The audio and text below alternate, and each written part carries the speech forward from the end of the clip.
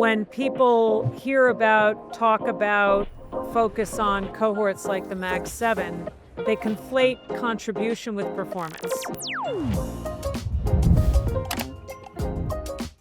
Now, Nvidia is the #1 contributor to S&P returns, but that's not the same thing as saying it's the #1 price performer. And in fact, in the NASDAQ, Nvidia is ranked 495th.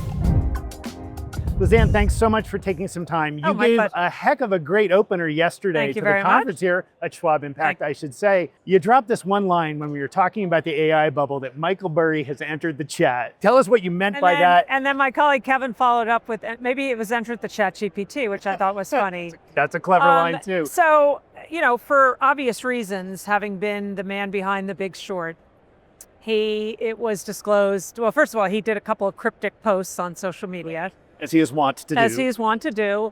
And also through industry disclosures, a significant short position in Palantir and Nvidia. And I think there was already a little bit of angst about stretch valuations.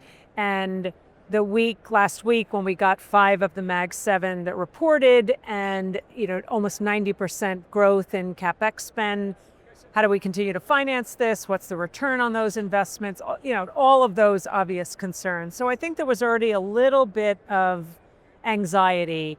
And then I think the Michael Burry news, at least for a day, caused some dislocation in the market. Became part of the story, I think, that now it's a bubble because the bubble caller has said it's a bubble.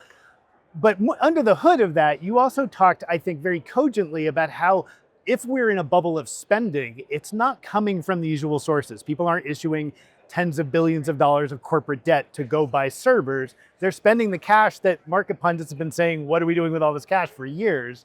How does that change how we should think about bubble dynamics? That, though, is starting to change. So yes, this boom so far has been largely financed by equity or out of cash flows.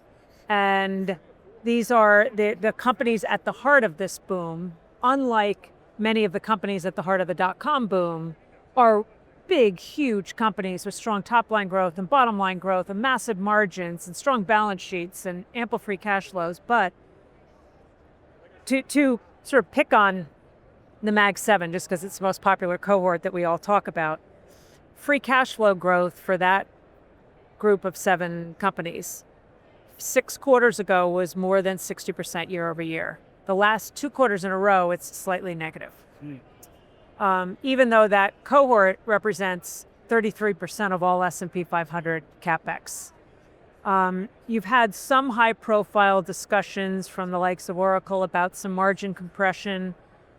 Some of the stocks that have been hit disproportionately through earnings season, some of those stories have been about a little weaker than expected margins, more debt finance deals. Now, deals now being debt financed, even in the circularity of a lot of this financing, isn't some sign of impending doom. This could be 1997.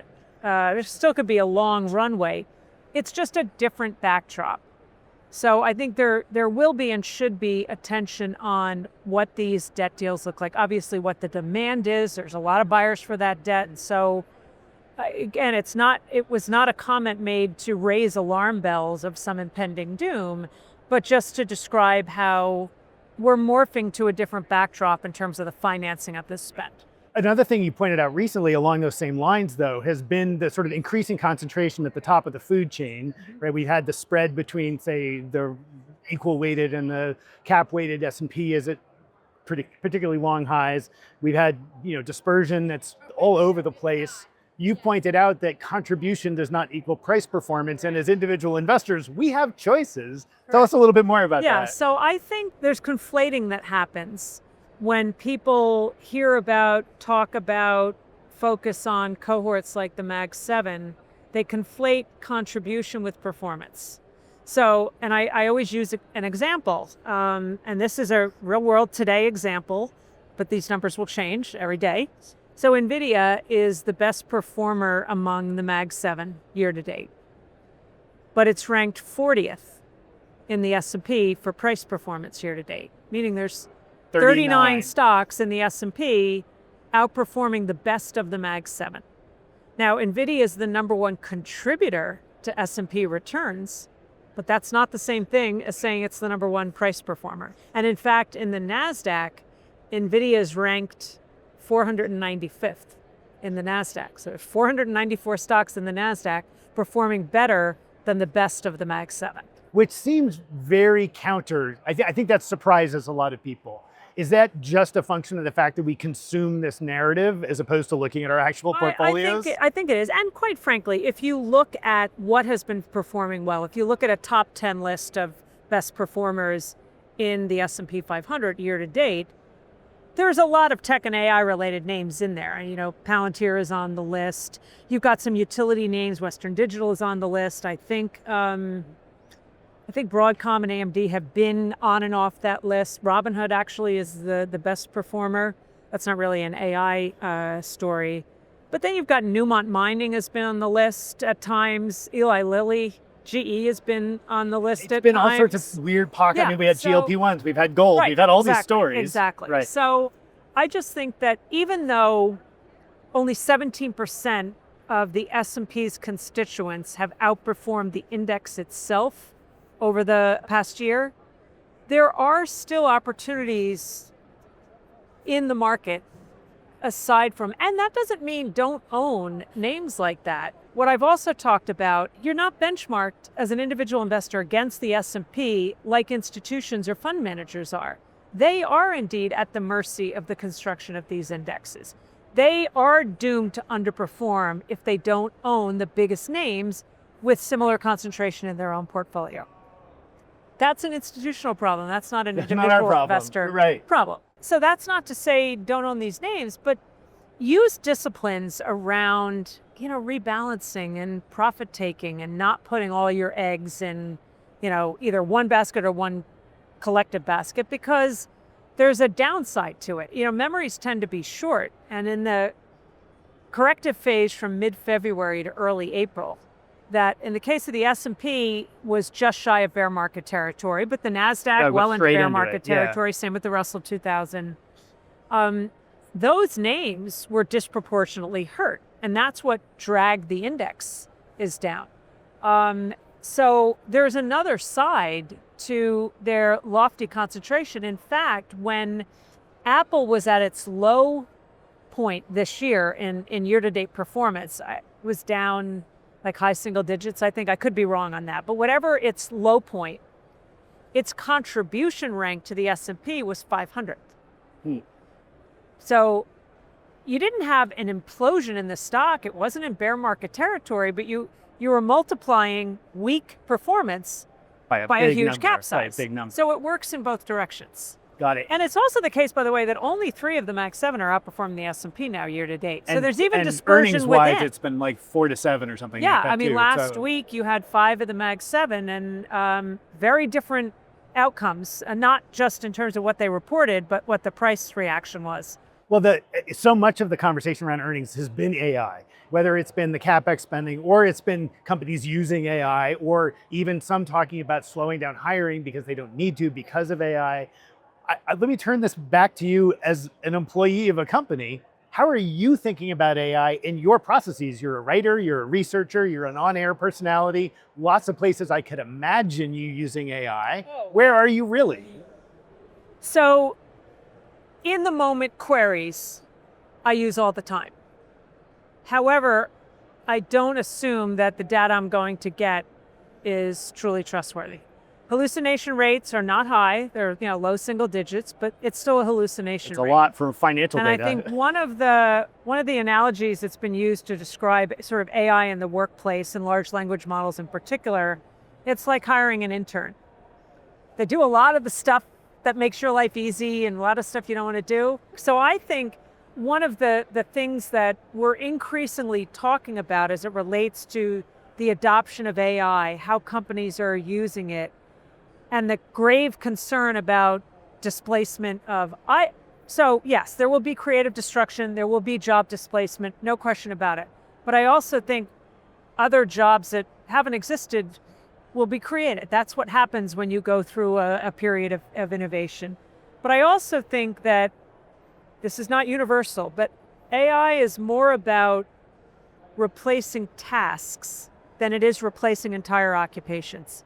And what you don't get via AI, especially large language models, is a lot of C's: context, creativity, community, compassion, Common sense. common sense. So Yeah. I actually think that companies that don't figure out how to bring it into their workplace are more at risk of failure and losing jobs than the ones that do embrace it. Let me throw this idea back to you. A few pundits in the market have said their position on AI is, yes, it's going to be an incredible transformative technology, but it's not going to be distributed the way we think it is. It's actually going to benefit small and medium businesses more because they have more leverage to use it and fewer constraints of corporate culture and process. Do you think that's true? I think that's How does an valid. organization like Schwab, which I hate to say is not a small business anymore, no, we're not not at small. all. You've got to be wrestling with that, like face to face. The one application that we've been working aggressively on that is most relevant to the world at Schwab in which I live, Schwab Center for Financial Research, is what we're calling Schwab Research Assistant. So it's a LLM that eventually clients will be able to ask questions, and it scrapes our content. Perfect. As opposed to just scraping the entire internet. It's scraping our content. Which makes the hallucination zero because Right, it's just because your it's content. our content. Right. And we're working on keeping that content robust and up to date and gearing it toward the types of questions. So we're in pilot phase. I've been playing around with That's it exciting. a lot, and it is. But it is productive. It's fun. I will sometimes throw in a report that I've written, and it's been more experimental at this point, and say, write a 7-sentence conclusion. And it's pretty good at that. I wouldn't just put a bunch of bullets in and say, Make me a report. Make me a report for next Monday. But I've played around a little bit with that, taking something that is a bunch of bullet points and just say, hey, write a couple of paragraphs on this, even if I'm just using it for myself or internally. And it's helpful. It's also kind of fun. I like arguing with it, telling me what I'm wrong about. I always find that helpful. I remember when I first played around with ChatGPT, I thought, well, let me ask it a question that I definitively know the answer to so I could check it. And I thought, well, let me ask a question, though, tied to something that's out in the public domain. So I said, write a bio on Ann Sonders. Not that I think I'm the most famous person in the world, but my bio is out there in the public domain because when I speak at events, my bio gets published. It's on social media. So I thought, ChatGPT's going to nail this. And I tried 7 times, and each one got something different wrong. That's amazing. And the thing it got wrong every time was my age. And it made me older every time. So there was a period there where I was like I'm out. I'm out. This has been an absolute pleasure. Thanks so much for taking some time with us. Thanks for having me.